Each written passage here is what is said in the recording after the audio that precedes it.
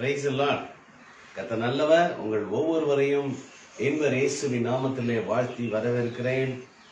வாழ்வழிக்கும் புதுவழி ஊழியத்தின் சார்பிலே தேவ கிருபையும் தேவ சமாதானமும் இந்த நாளிலும் அவரை குறித்த அறிவும் நாம் அவரோடு வைத்திருக்கிற அந்த உறவும் நாம் ஒவ்வொருவருக்குள்ளும் பெருகுவதாக என்று உங்களை நான் வாழ்த்தி இந்த நாள் திருப்பேரவை கூட்டத்திற்கு வந்திருக்கிற உங்களை நான் வாழ்த்தி வரவேற்கிறேன். 5 நாள் பாடுகிற பாடல்கள், தியானிக்கிற வேத பகுதிகள் எல்லாவற்றையும் தேவன் நமக்கு அனுகூலமாய் ஆசீர்வாதமாய் மாற்றி தந்திருக்கிற தயவு எண்ணி நன்றி சொல்லுவோம்.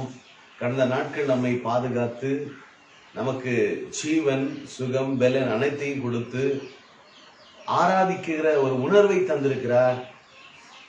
தேடுகிறவன் தேடுகிற உணர்வுள்ளவன் உண்டோ என்று கர்த்தர் மனுபுத்திரனை கண்ணோக்கினாரா.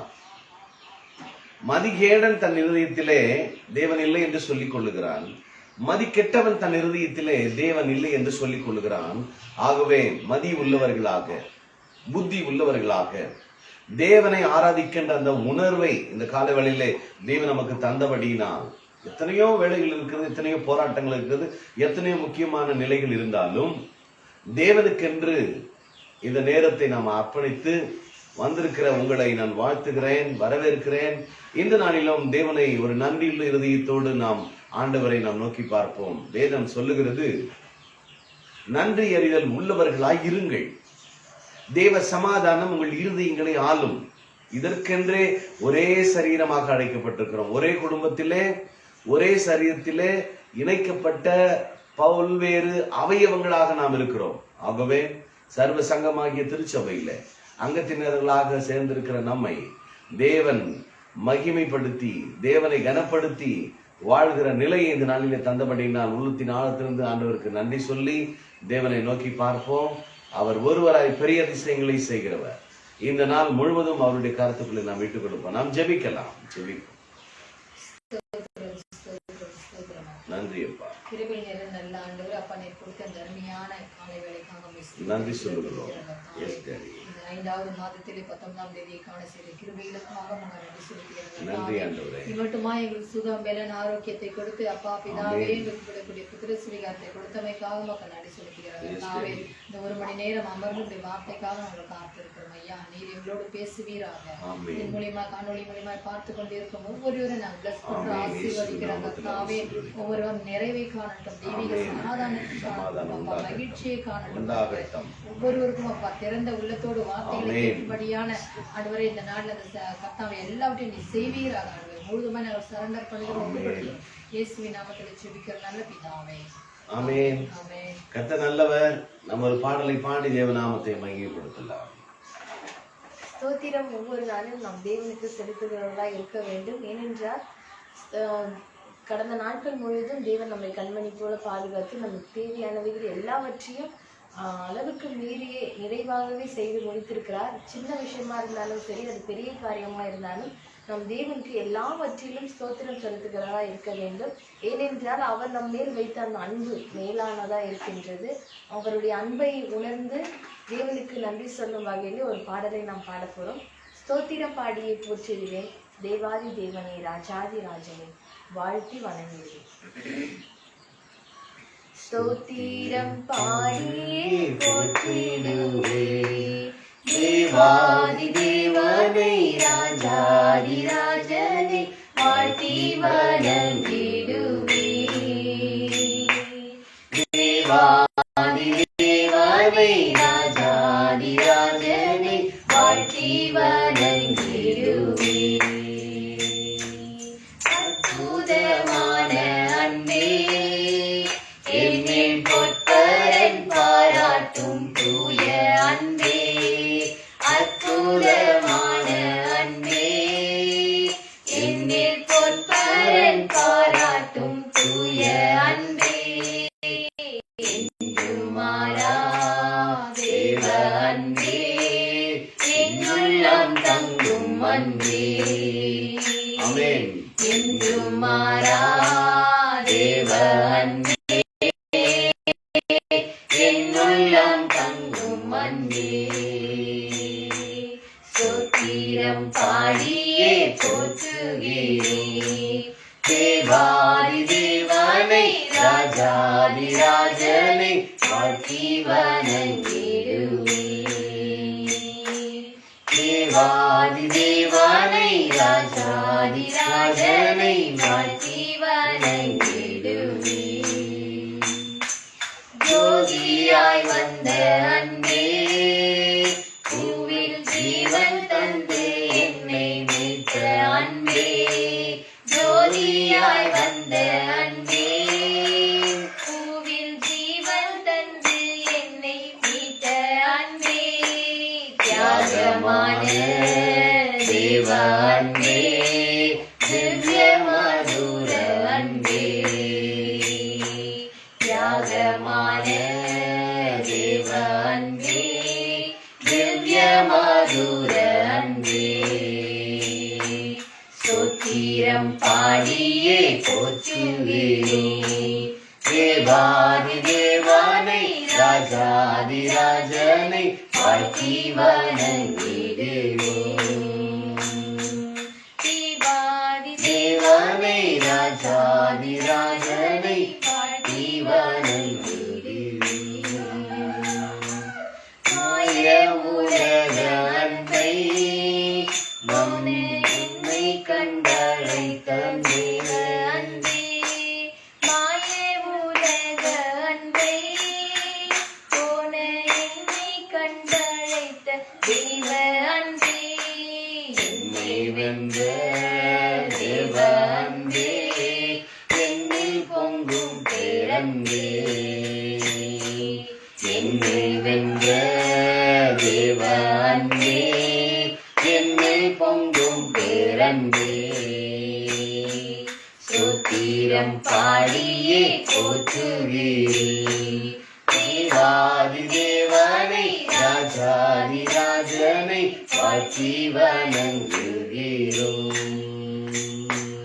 தேவாதி தேவனை ராஜாதிராஜனை வாழ்த்தி வணங்குகிறோம். Praise God. தேவன் நமக்கு நிறைய காரியங்கள் செஞ்சுட்டே இருக்கிறாங்க. ஸோ அதெல்லாம் அந்த உணர்வோடு நம்ம பாடினா தான் கரெக்டாக வரும். ஏதோ தானோ நம்ம பாடுறோம் அப்படின்றல அந்த ஒவ்வொரு வார்த்தையிலும் அவருடைய அன்பு எப்படி இருக்கின்றது நம்ம சொல்றதுக்கு அதுக்கும் மேலாவே இந்த பாடலை எழுதினவங்க அதுமே எழுதியிருக்காங்க.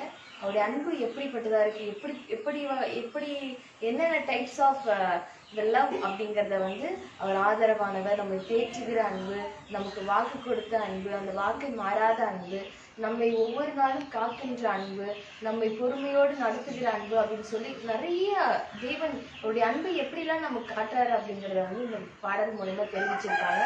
ஸோ இதை நாம் பாடும் பொழுது தேவனுக்கு இதெல்லாம் நாங்கள் அனுபவிச்சிருக்கோம், நாங்கள் தேங்க் பண்ணுறோம் அப்படின்னு சொல்லி நம் பாடுற வகையில தான் இருக்கின்றது. எனவே ஆதரவான அந்த அன்பு நித்தமும் எப்படி ஒரு தாய் நம்மை தேய்ச்சி நம்மை அரவணைக்கிறாங்களோ அதை போல தேவன் ஒரு தாயை போல நம்மை அரவணைத்து காக்கின்ற அன்புடையவராக இருக்கிறார்.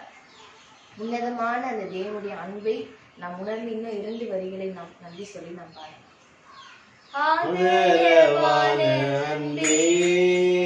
நித்தம் மண்ணை போல் என்னையும் தாங்கும் அன்பே, ஆதரவான அன்பே.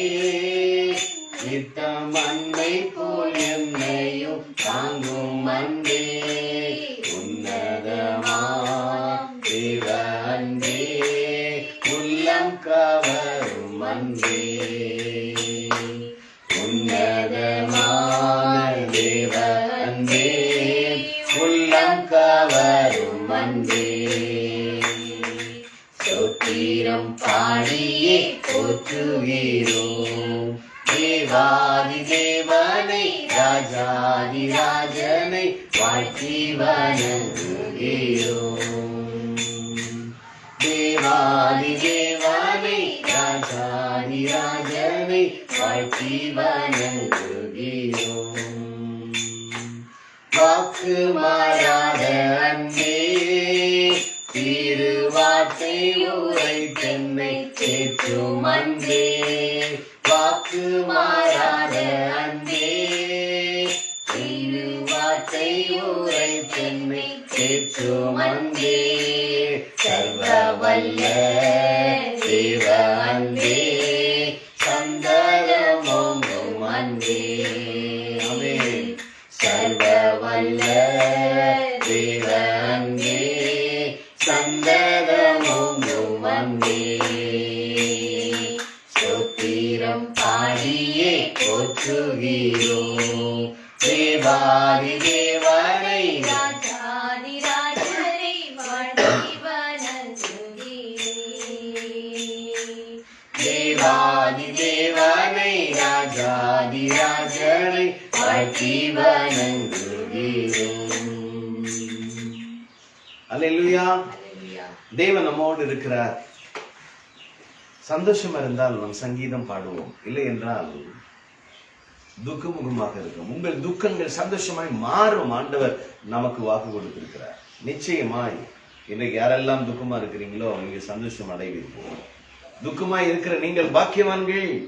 ஏனென்றால் நீங்கள் சந்தோஷம் அடைவீர்கள். இயேசு கிறிஸ்து தருகிற சந்தோஷம் நிலையானது, மாறாதது, மகிமைக்கு பாத்திரமான அன்பு. ஆகவே அப்படிப்பட்ட தேவ ஆவியினாலே, பரிசுத்த ஆவியினாலே நம் உள்ளத்திலே தேவ அன்பு ஊற்றப்பட்டிருக்கிறது என்று ஒவ்வொரு நாளும் நாம் சொல்லுவோம். ரோமர் 5:5 படி தேவன் நம்ம ஒவ்வொருவருக்குள்ளும் தேவ அன்பை பெருக செய்வார். தேவ அன்பு நம்மை நெருக்கி ஏவும். எப்பொழுது தேவனை மகிமைப்படுத்துவது, எப்பொழுது அவரை பாடுவது, எப்பொழுது அவருக்காக நான் நிற்பது என்கிற அந்த உணர்வு தேவனாலே நமக்கு கொடுக்கப்படும். ஏனென்றால் அந்த அன்பு அப்படிப்பட்ட அன்பு. துதிக்க துதிக்க கிருபை பெருகுங்க. மகிழ்ச்சி அடைய வாழ்க்கையிலே எல்லா இன்பங்களும் பெருகும்.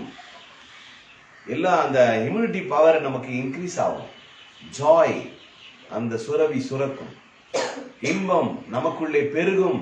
மகிழ்ச்சி அடைவாய். இதெல்லாம் தேவனுடைய வார்த்தையில் இருக்கிறது. அன்புக்குரியவர்களை தொடர்ந்து நாம் எப்பொழுதும் சொல்லி வருகிற ஜெபத்தை நாம் எல்லோரும் சேர்ந்து நாம் சொல்லுவோம்.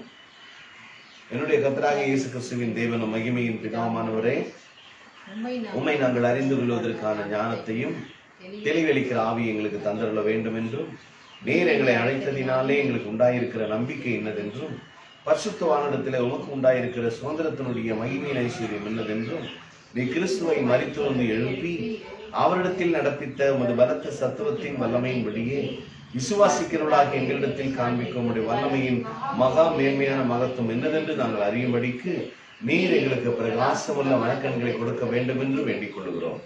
எல்லா துரைதலத்துக்கும் அதிகாரத்துக்கும் வல்லமைக்கும் கர்த்தத்துவத்திற்கும் இம்மையில் மாத்திரமல்ல மறுமையிலும் பெற்றிருக்கும் எல்லா நாமத்துக்கும் மேலாய் இயேசு உயர்ந்திருக்கத்தக்கதாக இயேசு கிறிஸ்துவை உன்னதங்களிலே உடைய வலதுபாசத்தில் உட்காரும்படி செய்து எல்லாவற்றையும் அவருடைய பாதங்களுக்கு கீழ்ப்படுத்தி எல்லாவற்றாலும் நிரப்புகிறவருடைய நிறைவாகிய சரீரமாகிய எனக்கு இயேசுவை எல்லாவற்றுக்கும் மேலாக தலையாக தந்தருளினீரே உமக்கு ஸ்தோத்திரம். அக்கிரமங்களினாலும் பாவங்களினாலும் மரித்தவனாய் என்னை உயிர்ப்பித்து இப்பொழுது கிரியை செய்கிற ஆகாயத்து அதிகார பிரபுவாகிய ஆவிக்கேற்றபடி நடந்து கொண்டிருந்த என்னை எனது மாம்சம் மனசு விரும்பினவைகளை செய்து சுபாவத்தினாலே அல்லது இயற்கையாகவே மற்றவர்களைப் போல கோபாக்கினையின் பிள்ளைகளாய் இருந்த எங்களை நீரோ இரக்கத்தில் ஐஸ்வர்யம் உள்ளவராய் என்னில் அன்பு கூர்ந்து உடைய மிகுந்த அன்பினாலே அக்கிரமங்கள் எல்லாம் மன்னித்து கிறிஸ்துவோடு கூட உயிர்ப்பித்து கிருபையினாலே ரட்சித்து கிறிஸ்துடனே எழுப்பி கிறிஸ்துடனே உன்னதங்களிலே உம்மோடு உட்கார செய்த தயவுக்காக உமக்கு நன்றி சொல்லுகிறோம். நாங்கள் எல்லா ஞானத்தோடும் ஆவிக்குரிய விவேகத்தோடும் சித்தத்தை அறிகிற அறிவினால் நிரப்பப்படவும் சகலவிதமான நற்கிரிகளும் ஆகிய கனிகளை தந்து உம்மை அறிகிற அறிவிலே விருத்தி அடைந்து உமக்கு பிரியமுண்டாக உமக்கு பாத்திரராய் நடந்து கொள்ளவும் சந்தோஷத்தோடு கூடிய எல்லா பொறுமையும் நீடிய சாக்கும் உண்டாவதற்கு மகிமையான வல்லமையின்படி எல்லா வல்லமையாலும் பலப்படுத்தப்படவும் எங்களுக்கு அனுக்கிரகம் பண்ண வேண்டும் என்று வேண்டிக் கொள்கிறோம். நாங்கள் நினைக்கிறதற்கும் எண்ணுவதற்கும் மிகவும் அதிகமாய் எங்களுக்குள்ளே கிரியை செய்கிற பரிசுத்தாவின் வல்லமையின்படியே எங்களுக்கு கிரியை செய்ய வல்லவராகி உமக்கு சபையிலே கிறிஸ்து நிமித்தம் சதா காலங்களிலும் மகிமை உண்டாவதாக. இவை எல்லாவற்றையும் எங்கள் ஆண்டவரும் போதுகரும் குருவும் இரட்சகருமாயிருக்கிற இயேசு கிறிஸ்துவின் நாமத்தில் சுபிக்கிறேன் நல்ல பிதாவே, ஆமேன். கர்த்தர் நல்லவர். ஒவ்வொரு நாளும் ஆண்டவருடைய வார்த்தைகளை நாம் தியானிக்கிறோம். இந்த நாளிலும் வந்த உங்களை நாங்கள் வாழ்த்தி வரவேற்கிறோம். நாம் நேரடியாக கர்த்தருடைய வார்த்தைக்கு நாம் கடந்துள்ளோம். நம்ம மத்தியிலே கர்த்தருடைய வார்த்தை. கர்த்தருடைய பரிசுத்த நாமத்துக்கு மகிமை உண்டாவதாக. உங்கள் அனைவரும் இயேசு கிறிஸ்துவின் நாமத்தினாலே உங்களை நாங்கள் வாழ்த்தி வரவேற்கிறோம். இந்த 5வது மாதத்திலே 19ஆம் தேதி தேவன் நமக்கு காண செய்த கிருபைகளுக்காக தேவனுக்கு கொடான கொடி நன்றி செலுத்துகிறார்கள். ஒவ்வொரு நாளும் ஆண்டவர் நம்மை அற்புத விதமாய் ஆச்சரிய விதமாய் தேவன் நம்ம நடத்தி கொண்டு வருகிறார். அவர் சாதாரணமானவர் அல்ல. நம் தேவன் சர்வ வல்லமையுள்ள தேவனாய் இருக்கிறார். இந்த நாளில கூட விசுவாசிகளின் தகப்பன் அப்படின்னு சொல்லக்கூடிய ஆபிரகாமை பற்றி நாம் கொஞ்ச நேரம் சிந்திப்போம். ஆபிரகாம் சாரால் பிள்ளை இல்லாமல் 2 பேரும் இருக்கிறாங்க. ஆதியாகமம் 15ஆம் அதிகாரம் 1 பார்த்தோம்னா ஆபிரகாமுக்கு அந்த வசனங்களை நீங்கள் படித்து வந்தீங்கன்னா அதில் என்ன விஷயம் அப்படின்னு பார்த்தா, ஆபிரகாமுக்கு ஏதோ ஒரு பயம் ஆட்கொண்டு இருக்கிறது. அதுதான் கர்த்தர் அங்கே பேசுகிறதை நாம் பார்க்கிறோம். அப்போ என்ன அவனுக்குள்ள ஒரு பயம் என்று பார்க்க வேண்டும். அந்த பயத்துக்கு ஆண்டவர் என்ன விதமாய் அவர் பதிலளிக்கிறார் என்று இந்த நாளில் சிந்திப்போம். அங்கே சொல்லுகிற வார்த்தை, ஆபிரகாமே நீ பயப்படாதே, நான் உனக்கு கேடகமும் உனக்கு மகா பெரிய பலனுமாய் இருக்கிறேன் அப்படின்னு சொல்லலை. அப்போ இருப்பேன் அப்படின்னு சொல்லலாங்க, நான் இருக்கிறேன். அப்போ ஒரு நாள் அவர் கூட இருக்கிறதா அவர் சொல்லி கொண்டு இருக்கிறார். இது பழைய உடன்படிக்கையில் அப்படி பார்த்தாலும் புது உடன்படிக்கையில் எப்பொழுதும் நம் தேவனுடைய ஆலயமாய் நடமாடுகிற ஆலயமாய் இருக்கிறபடினாலே அவர் நமக்குள்ளே வாசம் செய்கிறதை பார்க்கிறோம். அப்போ அந்த விஷயங்கள் பார்த்தீங்கன்னா, ஆபிரகாமே நீ பயப்படாதே, நான் உனக்கு கேடகமாக இருக்கிறேன், உனக்கு மகா பெரிய பலனமாக இருக்கிறேன் அப்படின்னு சொல்லி பார்க்கிறோம். அப்போ ஆபிரகாம் ஆண்டவரே அடியேனுக்கு என்ன தருவீர் அப்படின்னு சொல்லி அடுத்தது அங்கே ஒரு கேள்விக்குறியே பார்க்கிறோம். நான் கூட இருக்கிறேன் அப்படின்னு சொன்ன உடனே அடுத்தது பார்த்தீங்கன்னா, நீ எனக்கு என்ன தருவீர் அப்படின்னு சொல்லி கேட்குறேன். நான் பிள்ளை இல்லாமல் இருக்கிறேனே, அவருக்கு எல்லாமே தெரியும். இருந்தாலும் அவன் கேட்கிற விதம், நான் பிள்ளை இல்லாமல் இருக்கிறேனே. அங்கு வாக்கு கொடுக்கிறதை பார்க்கிறோம். 15:5 பார்க்கிறோம். அவனை கூப்பிடுறார், வெளியே அழைத்து உள்ளே இருந்த அவனுக்கு வெளியே அழைக்கிறார். அப்போ இதுல என்ன விஷயம் அப்படின்னு பார்த்தீங்கன்னா, சில விஷயங்கள் நம்ம உள்ளே இருந்து கொண்டு, அதாவது வீட்டுக்குள்ளே இருந்து நான் பெரிய சாதனை பண்ண போகிறேன், நான் பெரிய எல்லாரும் பார்க்குற மாதிரி நான் வாழ போகிறேன் அப்படின்னு சொல்லி நம்ம வாய் அளவில் பேசிக்கொண்டு அது செயல்முறைப்படுத்துவது கிடையாது. அங்கே செயல்முறைப்படுத்துகிறதை பார்க்கிறோம். நம்ம வீட்டுக்குள்ளே இருந்து அநேக விஷயங்களுக்கு தான் பேசி கொண்டு இருக்கிறோம். நான் எவ்வளோ பெரிய ஆளாக போகிறேன் தெரியுமா, நான் இவ்வளோ படிக்க போகிறேன், நான் இவ்வளோ வேலைக்கு போக போகிறேன், நான் வேலை செய்ய போகிறேன், இப்படி நம்ம உள்ளுக்குள்ளே இருந்தோம் என்றால் அங்கே எந்த விஷயமும் நமக்கு நடக்காது. அப்போ ஒரு வெளியே அழைக்கிறதை பார்க்கிறோம். வெளியே வா, உள்ளே இருந்து வெளியே அழைத்து அவர் அங்கே பேசுகிறதை பார்க்கிறோம். பெரிய, அதாவது நம்ம நினைக்கலாம் நான் பெரிய தொழிலதிபராக போகிறேன், நம்முடைய கற்பனைகளை நாம் வளர்த்து கொண்டே இருக்கலாமே தவிர அதை நம்ம செயல்படுத்துவது கிடையாது. அப்போ வெளியே வந்தால் தான் நமக்கு ஆசீர்வாதம் என்பதற்கு இது ஒரு அடையாளமாக இருக்கிறது. கூப்பிடுகிறார், வெளியே அழைத்து அண்ணாந்து பார், கூப்பிட்டு பார்க்க சொல்லுகிறார். பார், நட்சத்திரங்கள் உன்னால் என்ன கூடுமானால் என்ன அப்படின்னு சொல்றாரு. சொல்லி உன் சந்ததி இவ்வளவா இருக்கும், அது மட்டுமல்ல தன் மனைவி சாராளின் வழியாகத்தான் உனக்கு சுதந்திரவாளியை நான் தருவேன் என்று அடுத்த வாக்கு தத்தங்களை அங்கே தருகிறதை பார்க்கிறோம். ஆனால் வருடங்கள் கடந்து கொண்டே போகிறது. 85 வயது வரை பிள்ளையே கிடையாது. நம்மளால ஒரு நாள் இருந்துட்டு மறுநாள் நம்ம உடனே கிடச்சிடணும், ஜெபம் பண்ணி உடனே வந்துடணும், இல்லைன்னா அவ்வளோதான். உடனே என்ன இது எவ்வளோ நாள் ஜெபம் பண்ண, கண்ணீரோடு ஜெபம் பண்ணுறேன், உபவாசம் போட்டு ஜெபம் பண்ணுறேன், கடவுள் ஏன் கேட்கவே மாட்டேன்றாரு, ஒரு குற்றச்சாட்டை நம்ம அங்கே வைக்கிறோம் இல்லையா. ஆனால் வருடங்களை சிந்திச்சு பாருங்களேன், 1 வருஷம் இல்லை, 2 வருஷம் இல்லை, 85 வயது வரை அவன் பிள்ளை இல்லாமல் இருக்கிறான். உடனே சாராளுக்கு ரொம்ப அவசரம் பாருங்க, ரொம்ப அவசரப்பட்டு அடிமை பெண்ணாகிய எகிப்து தேசத்தாலாகிய ஆகாரோடு ஒரு பிள்ளை பெற வேண்டும் என்று அவளுடைய வற்புறுத்தல் தான். அவளுடைய வற்புறுத்தலினால் அவளால் என் வீடு கட்டப்படும் என்று, அதுக்குள்ளே அவளுக்கும் அவசரம், என் வீடு கட்டப்படணும், இப்படி நம்ம இப்படியே இருந்தால் எப்படி அப்படின்னு சொல்லி அதுக்கு ஒரு வழிவாசலை அங்கே அவன் சொல்லி கொடுக்குறான் தன் கணவனாருக்கு, என் வீடு கட்டப்படணும் அப்படின்னு சொல்லிட்டு. அப்போ சாராயின் வார்த்தைக்கு அவன் செவி கொடுத்தான் ஆபிரகாம். அங்கே பார்த்தீங்கன்னா என்ன ஒரு தந்திரம்னா, பிசாசு அவளுக்குள்ளே செயல்படுத்துகிறதை பார்க்கணும். எங்க அவனோட மனைவி சாராளுக்குள்ள துரிதமாக ஏதாவது ஒன்று செய்யணும். ஆண்டவர் சொல்லுகிறது காத்திருன்னு சொல்கிறாரு, ஆனால் அதுக்குள்ளே இங்கே அவசரம். தன் மனைவி மூலியமாக அவன் அங்கே பேசி அந்த பேச்சை கேட்டு அங்கே செயல்படுத்துகிறதை பார்க்குறோம். அப்போ இஸ்மவேல் பிறக்கிறான். ஆபிரகாமுக்கு 85 வயதில் அங்கே இஸ்மவேல் பிறக்கிறான்.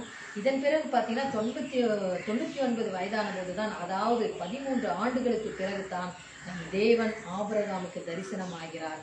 இந்த கிட்டத்தட்ட அந்த 13 ஆண்டுகள் தேவன் எப்படி இருக்கிறாரோ மௌனமாக காத்து கொண்டு இருக்கிறார் என்று பார்க்கிறோம். பொறுத்து பார்க்குறாரு, என்ன அவ்வளோ அவசரம், பொறுமையாக இருக்குதா. அங்கே தான் செவி கொடாமல் போகிற கீழ்ப்படியில் விசுவாசிகளின் தகப்பன் அப்படின்னு சொல்கிறோம். இருந்தாலும் ஒரு தூண்டுதலினாலே அங்கே ஒரு தவறு நடக்கிறது. அப்போ தேவன் எல்லாவற்றையும் பார்த்து கொண்டு தான் இருக்கிறான். 13 ஆண்டுகளுக்கு பிறகு நம் தேவன் எப்படி இருக்கிறாரா, தரிசனமாகி, ஆபிரகாமுக்கு தரிசனமாகி. அப்போது என்னதான் இருந்தாலும், எத்தனை முறை விழுந்தாலும் கூட தன் பிள்ளை தான் பண்றான், தவறுகள் பண்றான். இருந்தாலும் விழுந்தாலும் என்ன பண்ணாலும் அழைக்கப்பட்டு தெரிந்து கொள்ளப்பட்டவர்களை ஒரு நாளும் தேவன் மறக்க மாட்டார், அவர் கைவிட மாட்டார். நம்ம நினைக்கிறோம், ஐயோ ஆண்டவர் நம்மளை மறந்துட்டாரோ, நம்மளை கைவிட்டாரோ, நம்ம ஏன் இப்படி இருக்கிறோம், நம்ம குடும்பம் ஏன் இப்படி சரியாவே இல்லையே, வாழ்க்கை தரம் உயரலையே அப்படின்னு சொல்லி சில விஷயங்கள் மனுஷரீகமாய் சிந்தித்து பார்த்தாலும் நம் வேதத்தை படிக்கும்பொழுது அநேக பொக்கிஷங்களாகிய வார்த்தைகள் நமக்கு ஆதரவாய் தேவன் நமக்கு தருகிறதை பார்க்கிறோம். இதுதான் நான் அதை தியானிக்கும் பொழுது சில விஷயங்கள் தேவன் நம்மோடு நம்மளை அழைச்சிட்டாரு. தாயின் கருவில உருவாகும் முன்னே எலும்புகள் எல்லாம் உருவாகிறதுக்கு முன்னே அவருடைய கண்கள் நம்மை கண்டதான். அப்ப அழைச்சவர் இவ்விதமாய் நம்மளை நடத்த வேண்டும் என்று தெரியும். சில விஷயம் நம்ம வாழ்க்கையில பார்த்தீங்கன்னா நம்ம அவசரப்பட்டு அவங்கள நம்பி போடுறது, இவங்களை நம்பி போடுறது, நமக்கு எப்படியாவது கிடைச்சிடுமா வேலை, இவங்க மூலியமா நமக்கு ஏதாவது தருவாங்களா, ஏதாவது நமக்கு பண உதவி செய்வாங்களா, இப்படி மனுஷனே நம்பி பார்க்கும்போது அங்கே ஜீரோல தான் நிற்கிறோம். எவ்வளவுதான் வருஷங்கள் ஆனாலும்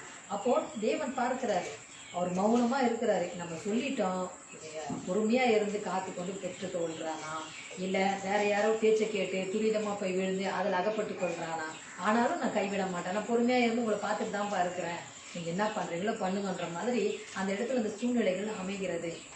அப்போ நம்மளை என்னதான் விழுந்து என்னதான் பண்ணாலும் அழைக்கப்பட்டு தெரிந்து கொள்ளப்பட்டவர்களை தேவன் ஒரு நாளும் மறக்கவே மாட்டார், கைவிடவே மாட்டார். அப்படி தரிசனமாகும் போது தான் ஆபிரகாமுக்கு சொன்ன முதல் வாக்கியம், நான் சர்வ வல்லமையுள்ள தேவன், நீ எனக்கு முன்பாக நடந்து கொண்டு உத்தமனாயிரு. ஏன் இப்படி சொன்னாரு யோசிச்சு பாருங்க, ஏன் இப்படி சொன்னாரு, உத்தமனாயிரு. அப்ப அவன் உத்தமனாய் இல்லையா?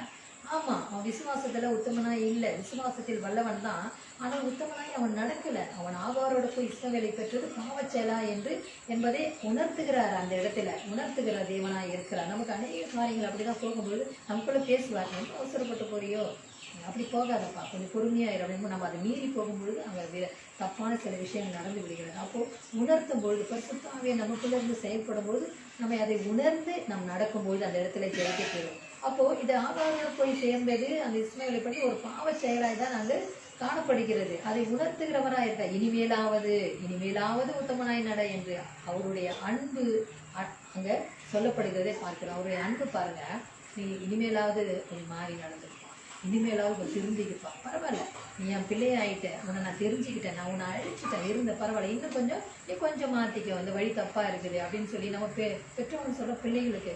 ஆனால் சில விஷயங்கள் கேட்பது கிடையாது, இல்லை நான் சொல்றது தான் கரெக்ட் அப்படின்னும் போது சிலது பொறுமையாக தான் இருக்கிறோம். ஆனாலும் தேவன் அங்கே நம்ம என்ன பண்ண மாட்டோம், நம்ம பிள்ளையாச்சன்னு விட்டுற மாட்டோம். இது பொறுத்து என்ன பண்ணுவோம், சீர் பண்ண பார்ப்போம், சிறப்படுத்த பார்ப்போம் பிள்ளைகளை. அவ்விதமாய் தான் தேவன் நம்மை நடத்தி கொண்டு இருக்கிறார். அப்போ அந்த அன்பின் நிமித்தமாக அவருடைய அன்பு அங்கே வெளிப்படுகிறது. அவருடைய அன்புக்கு ஈடு இணை எதுவுமே கிடையாது என்று பார்க்கிறோம். அவர் சர்வ வல்லமையுள்ள தேவன் அப்படின்னு சொல்லி அங்கே உணர்த்துகிறார். அவர், நான் யார் தெரியுமா, நீ உத்தமனாய் நடந்து கொள், நீ உத்தமனாய் நட, நான் சாதாரணமான தேவன் அல்ல அப்படின்னு சொல்லி அங்கே உணர்த்துகிறதை பார்க்கிறோம். சர்வ வல்லமையுள்ள தேவன் என்று சொன்னது ரெண்டு விதமான அங்கே காரணங்களை நாம் பார்க்கிறோம். தேவன் அப்படியாக அங்கே பேசுகிறதை பார்க்கிறோம். ஒன்று, என்னால் செத்த உன் சரீரத்தை உயிர்ப்பிக்க முடியும். ரெண்டு விஷயங்கள் அங்கே பார்க்கிறோம். என்னால் செத்த உன் சரீரத்தை உயிர்ப்பிக்க முடியும், சாராளின் செத்த கர்ப்பப்பையையும் உயிர்ப்பிக்க முடியும். நான் எல்ஷடாய், உனக்கு எத்தனை வயதானாலும் நான் ஏற்கனவே சொன்னபடிதான் உன் கர்ப்ப பிறப்பாம் சாராளின் வழியாக ஒரு மகனை கொடுக்க முடியாதா? அங்க பாருங்க, ஒரு நல்ல விஷயம், நான் சொல்லுகிறதை செய்கிற தேவன், செய்ய போகிறதை மாத்திரம் சொல்லுகிற தேவன், இதை நீ விசுவாசிக்கவில்லையா என்று அவனை சிற்றிக்கிறதை பார்க்கிறோம். நம்ம சிற்றிப்போம் இல்லையா, அன்பின் நிமித்தமாக சிற்றிக்கிறார் நம் தேவன். அப்போ அங்க செத்து போச்சு, அவனுடைய சரீரமும் செத்து போச்சு. எல்லாம் உலக பிரகாரமா பார்த்தீங்கன்னா 30 வயசு 35 வயசு ஆனாலே பிள்ளை பிறக்க மாட்டேங்குது, என்னன்னு தெரியல, அநேக ட்ரீட்மெண்ட்டுகள். ஒரு சகோதரி கூட சொன்னாங்க, இது வரைக்கும் 5 லட்சம் செலவு பண்ணிட்டேங்க, குழந்தையே பிறக்கல, என்னன்னே தெரியல. அப்போ லட்சக்கணக்கில் செலவு பண்ணாலும் அந்த புத்திர சுவிகாரம் தேவன் கொடுக்கிற ஒரு பெரிய ஈவாக இருக்கிறது. அதை நம்ம தூஷித்து நம்ம அதை ரொம்ப அதை அசட்டை பண்ணி நம்ம அதை பண்ணாதபடி நமக்கு ஒரு பொக்கிஷங்களாக கொடுத்திருக்கிற அந்த பிள்ளைகளை நாம் எப்படி வளர்க்க வேண்டும், எப்படி நடக்க வேண்டும் என்று ஒவ்வொரு நாளும் தேவன் நமக்கு உணர்த்தி கொண்டு இருக்கிறார். அதன் வழியாக நடக்கும்போது நம் ஜெயத்தை பெற்றுக்கொள்ளலாம்.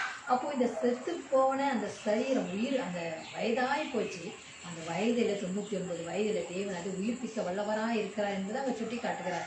சாராளுடைய செத்த கர்ப்பப்பைகளையும் தேவன் அங்கே உயிர்ப்பிக்க முடியும். அநேக விஷயங்கள் பார்த்தா மருத்துவமனையில் நான் போனால் டாக்டர் நம்பி ஓடிக்கொண்டு இருக்கிறோம் இல்லை, பார்க்கலாம், தப்பு கிடையாது. இருந்தாலும் தேவனால் கூடாத காரியம் ஒன்றுமில்லை. அவர் எல்லாவற்றையும் உயிர்ப்பிக்க வல்லவராக இருக்கிறார். அப்போ நம்ம அதை விசுவாசித்து நாம் செயல்படும் போது தேவன் அங்கே நம்ம வெற்றி சிறக்க பண்ணுகிறவராக இருக்கிறார். நான் எல்ஷடா ஏற்கனவே அவர் சொன்னபடிதான் எல்லாவற்றையும் செய்ய வல்லவராக இருக்கிறார். அவர் சொன்ன ஏற்கனவே அவர் கொடுத்துட்டார் அந்த வாக்கு தத்தம் சாராளுக்கு. அப்போ நான் சொல்லுகிறதை செய்கிற தேவனா இருக்கிறார், செய்ய போகிறதை மாத்திரமல்ல சொல்லுகிற தேவன். இதை நாம் விசுவாசிக்கும் பொழுது நாம் ஜெயத்தை காண்போம். அவருடைய விசுவாசம் அங்கே மங்கி மறைந்து போயிருக்கிறதை நாம் காண்கிறோம். அதை தான் நாங்கள் தட்டி எழுப்புறாரு. அநேக விஷயங்கள் கூட நம்ம என்ன பண்ண விசுவாசத்தை விட்டு கொஞ்சம் வழி விலகி போகிறோம். அப்போ அடுத்த விஷயம் பார்த்தீங்கன்னா வார்த்தையின் மூலியமா பேசி நம்ம தட்டி எழுப்புவார் பாருங்க. நீ என்ன சோர்ந்து போயிருக்கிற, நான் உனக்கு மகா பெரிய கேடகமாக இருக்கிறேன், உனக்கு பலனாக இருக்கிறேன், உன்னை நான் மேன்மையாக வைப்பேன்.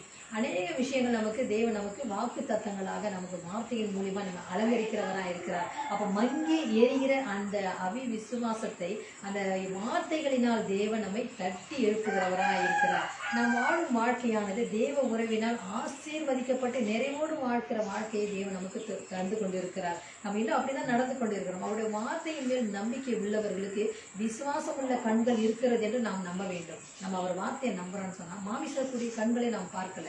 நான் நம்புறேன்ப்பா, நான் உன்னை நம்புறேன்ப்பா, நீங்க தான் எல்லாத்தையும் செய்ய வல்லவரா இருக்க உன்னதமான தேவன் நம்ம சொல்லும் பொழுது அதுல மாமிச கண்களை நாம் பார்க்காதபடி ஆவிக்குரிய கண்களிலே விசுவாசம் உள்ள கண்களை நாம் பார்க்கும் பொழுது நமக்கு ஜெயம். அப்போ நம்ம விசுவாச கண்களில நம்ம ஒவ்வொரு நாளும் பார்க்க வேண்டியதா இருக்கிறது. மாமிச கண்களை பார்த்தா அநேக விஷயங்கள் நம்ம தவறி கொண்டு இருக்கிறோம். அப்படி இல்லாதபடி விசுவாச கண்கள் நமக்கு முக்கியமா இருக்கிறது. இந்த நாளில தேவன் நம்மை ஒவ்வொருவரும் அப்படியா நடத்தி கொண்டு இருக்கிறார். ஆகையினால பார்த்து கொண்டு இருக்கும் நீங்கள் அநேக தேவைகளோடு காத்து கொண்டு இருக்கலாம். அநேக தேவைகளை நம்ம சொல்றோம், இன்னும் எல்லாம் ஃபுல்ஃபில்லா இருக்குதுன்னு யாரும் சொல்ல மாட்டோம். நமக்கு நிறைய தேவைகள் இருக்கிறது. தேவன் ஒவ்வொரு நாளும் நமக்கு வெற்றி சிறக்க பண்ணி கொண்டே இருக்கிறார். கொஞ்சம் காலங்கள் கடந்து போனாலும் பரவாயில்ல, பொறுமையாய் அவர் மௌனமா பார்த்துட்டு இருக்காரு. நான் தருவேன், நீ அவசரப்படாத, அவ்வளவுதான் அவர் சொல்ற வாக்கு தத்தங்கள். நீ பொறுமையா இரு, காத்திருந்து நாம் பெற்றுக்கொள்ள வேண்டும் தேவனுடைய அந்த ஆசீர்வாதங்கள். இந்த நாளில நம்மை ரட்சித்து கழுகை போல தாங்கி ஏந்தி தப்புவித்து நம்மை தேவ ஆலயமாக மாற்றி நம்முடைய நடமாடுகிற ஆலயமாக மாற்றி தன் வசன வல்லமையினாலே நம்மை சுற்றி விசுவாச வேலியை அடைத்து எப்படியா நம்ம விசுவாச வேலியை அடைத்து நம் வாழ்க்கையிலே ஜெயம் பெற்று நாம் வாழ்வோம். ஆகையினாலே நீங்கள் ஒவ்வொருவரும் ஆசீர்வதிக்கப்பட்டவர்கள். தொடர்ந்து வார்த்தையோடு இணைந்திருங்கள். ஏனென்றால் ஒவ்வொரு நாளும் தினமும் காலை 6:30 6:40 10 நிமிஷம் தான் விடிந்ததும் விண்ணவரோடு ஒரு வார்த்தை உங்கள் இல்லத்தை தேடி வந்து கொண்டிருக்கிறது. இரவு 8 to 8:30 மணி, அரை மணி நேரம் உறங்கும் பொழுது உன்னதரோடு என்ற வார்த்தை உங்களை தேடிக்கொண்டு வந்து கொண்டிருக்கிறது. புதன் 8 மணிலிருந்து 8:30 மணி வரை வேதம் சொல்லும் விடை காணும் வினாக்கள். வெள்ளிக்கிழமை 12 மணிலிருந்து 12:30 மணி வரை வெள்ளிக்கிழமை வெளிச்சம். சனிக்கிழமை 8 to 8:30 வரை சத்தியம் சொல்லும் சங்கீதம். பாடல் வழியாக சில சத்திய வசனங்கள் உங்கள் எல்லாம் தேடி வந்து கொண்டிருக்கிறது. ஆகையினால் நீங்கள் எல்லாம் ஆசீர்வதிக்கப்பட்டவர்கள். தொடர்ந்து வார்த்தையோடு இணைந்திருங்கள். ஆமென். அல்லேலூயா. எத்தனை பேர் மகிழ்ச்சியா இருக்கிறீங்க? தேவன் ஒரு மனிதனை தாங்க அழைச்சாரு. ஒருவனை அல்லவா அவர் படைத்தார். அவர் ஒருவனை படைத்தார். ஒரு நிமிஷத்திலே அதமாக்கக்கூடிய அதிகாரம் இருந்தும் அவனை சரி செய்து சீர்படுத்தி சிறப்படுத்தி பலப்படுத்த வல்லவராக இருக்கிறார். ஏசாயா 51 அதிகாரம் 2-3 வசனம் சொல்லுகிறது, உங்கள் தகப்பனாகிய ஆபிரகாம். நமக்கெல்லாம் அப்பா, அவரு எல்லாருக்கும் அப்பா. கிறிஸ்து மூலமாய் ஆபிரகாம் எனக்கு சொந்தக்காரராய் மாறுகிறார். கலாத்தியர் 3:7-10 படி தேவன் அவனை சொல்லுகிறார், அவன் ஒருவனாய் இருக்கையில் அவனை அழைத்து அவனை ஆசீர்வதித்து அவனை பெருக பண்ணினேன். ஆண்டவருடைய கேரக்டர் பாருங்க. அழைக்கிறது, அவன் எப்படி நாசீர் கட்ட முனையில என்னதான் தப்பு பண்ணாலும் அழைத்த தேவன் உண்மை இல்லவர். 1 கொரிந்தியர் 1:9 சொல்லுகிறது, அவரோடு கூட ஐக்கியமாய் இருக்கிறதுக்கு அழைத்த தேவன் உண்மை இல்லவர். ஐக்கியமாய் இருக்க முடியும், நம்ம விட்டு விட்டு போனாலும் விட மாட்டாரு. இந்த குழந்தைங்க பாத்தீங்கன்னா விட்டு விட்டு ஓடும். அப்படியே உலகமே கையில கொடுத்துருங்க, நான் பாத்துக்கிறேன் உலகத்தன்ற மாதிரி விட்டு விட்டு அப்பா அம்மாவை விட்டு ஓடுங்க பாருங்க. ஏன்னா அதுங்களுக்கு தெரியாது, இங்க போனா அடிப்படும், திடீர்னு போயிட்டா வண்டி குறுக்க வரும், எதுவும் தெரியாது. அறியாமையினால செய்யறாங்க. சிலர் உதிரி போயிட்டு குழந்தையே செத்தவங்க எல்லாம் பார்த்திருக்கிறேங்க. வண்டியிலே விட்டுட்டு போன நிலையில வண்டி கீழே விழுந்து இன்னொரு வண்டி ஏற்றி குழந்தை இறந்து போச்சு. இப்படி நிறைய எக்கச்சக்கமான காரியம் நமக்கு தெரியும். எப்போ தகப்பனுடைய தாயினுடைய பராமரிப்பிலே நாம் வாழ்கிறோமோ அவர் தகப்பனாக நம்மை பார்க்கிறார். ஒவ்வொரு நாளும் கரம் பிடித்திருக்கிறார். நான் உன்னை விட்டு விலகுவதும் இல்லை, உன்னை கை விடுவதும் இல்லை. கையை பிடித்திருக்கிற தேவன் நம் தேவன். ஒருவனாய் இருக்கையில் அவனை அழைக்கிறார், அவனை ஆசீர்வதித்து பெருக செய்கிறார். ஆசீர்வாதம் அவர் கரத்தில் இருந்து வருகிறது. பூமியிலும் ஆசீர்வாதங்கள் கொட்டி கிடக்கிறது. பிரயாசப்பட்டு பலனில் முந்தி பயிரிடுகிறவன் பலனை பெற்றே தீர்வான், அதிலே மாற்றம் இல்லை. ஆனா தண்ணீர் ஊற்ற வேண்டும், விளைய செய்ய வேண்டும், சூரியன் அது மேல் பட வேண்டும். நீதியின் சூரியன் நம்மீது உதிக்கும் பொழுது, ஜீவ தண்ணீராகிய ஆவியானவர் நமக்குள்ளே இருக்கும் பொழுது, நாம் ஒவ்வொரு நாளும் நாளுக்கு நாள் வல்லமையாய் மறுரூப வாழ்விலே வளர்ந்து பெருகி ஆசீர்வாதத்தை அனுபவிப்போம். உலகம் கொடுக்கிற ஆசீர்வாதம் வேற, தேவன் தருகிற ஆசீர்வாதம் வேற. இதுல வேதனை இருக்கும், அதுல வேதனை இருக்காது. இதுல சந்தோஷம் நிரந்தரமானது அல்ல, இது நிரந்தரமான நித்திய காலமாக யுகமாக சந்தோஷமா வாழுகிற ஒரு வாழ்வு. எது வேண்டும்? எதை நாம் பற்றி கொள்ள போகிறோம்? ஒரு சரணம் ஞாபகம் இருந்து பாடி நாம் தேவநாமத்தை மையப்படுத்தி நாம் அடுத்த செய்திக்குள்ளாய் கடந்து செல்லுவோம். தேவன் அழைத்தார், என்னை ஆசீர்வதித்தார். சொல்லுங்க, ஆசீர்வதிக்கலாம் சொல்லுங்க. தேவன் அழைத்தார், என்னை ஆசீர்வதித்தார், பெருக செய்தார் என்றும் ஆனந்தம், பெருக செய்தார் என்றும் ஆனந்தம். சந்தோஷம் மகிழ்ச்சி துதிக்கிற சத்தமே என் வாழ்விலே பெருகிடுதே. சந்தோஷம் மகிழ்ச்சி துதிக்கிற சத்தமே என் வாழ்விலே பெருகிடுதே. ஆறுதல் செய்தார், என்னை தேற்றியே விட்டார். சொல்லுங்க அவரை பார்த்து, ஆறுதல் செய்தீர், என்னை தேற்றியே விட்டீர். வனாந்திரம் இன்று ஏதேனாகுதே, அவாந்திர வழி கர்த்தர் தோட்டமாகதே. நித்திய மகிழ்ச்சி என் தலைமேல் இருக்கும், சந்தோஷம் தாவிப்பும் ஓடியே போகும். அல்லேலூயா. கர்த்தர் நல்லவர். ஒவ்வொரு நாளும் வேதம் சொல்லுகிறது, நித்திய மகிழ்ச்சி உங்கள் தலை மீது இருக்கும். சந்தோஷம், தவிப்பு, சஞ்சலம் எல்லாம் என்ன பண்ணும்? சந்தோஷம் ஓடாது. சஞ்சலம், தவிப்பு எல்லாம் உங்களை விட்டு ஓடி போகும். ஆகவே தேவனுடைய நாமத்தை வார்த்தை பிடிப்போம், வாழ்விலே மாற்றங்களை காண்போம். இன்னொரு செய்தியை நாம் கேட்கலாம்.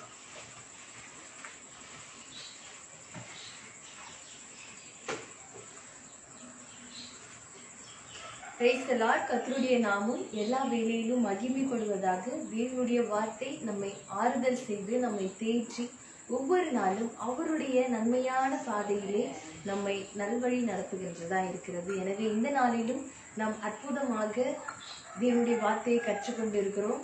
இன்னும் நாம் ஒரு காரியத்தை நாம் கற்றுக்கொள்ள போகிறோம். அது என்னவென்றால், நாம் சொன்ன மாதிரியே நம் வாழ்க்கையில் நாம் சரியாக நாம் ஒரு காரியங்களை செய்வதற்கு நமக்கு ஒரு கைடு, ஒரு மென்டார் இருக்கிறாங்க.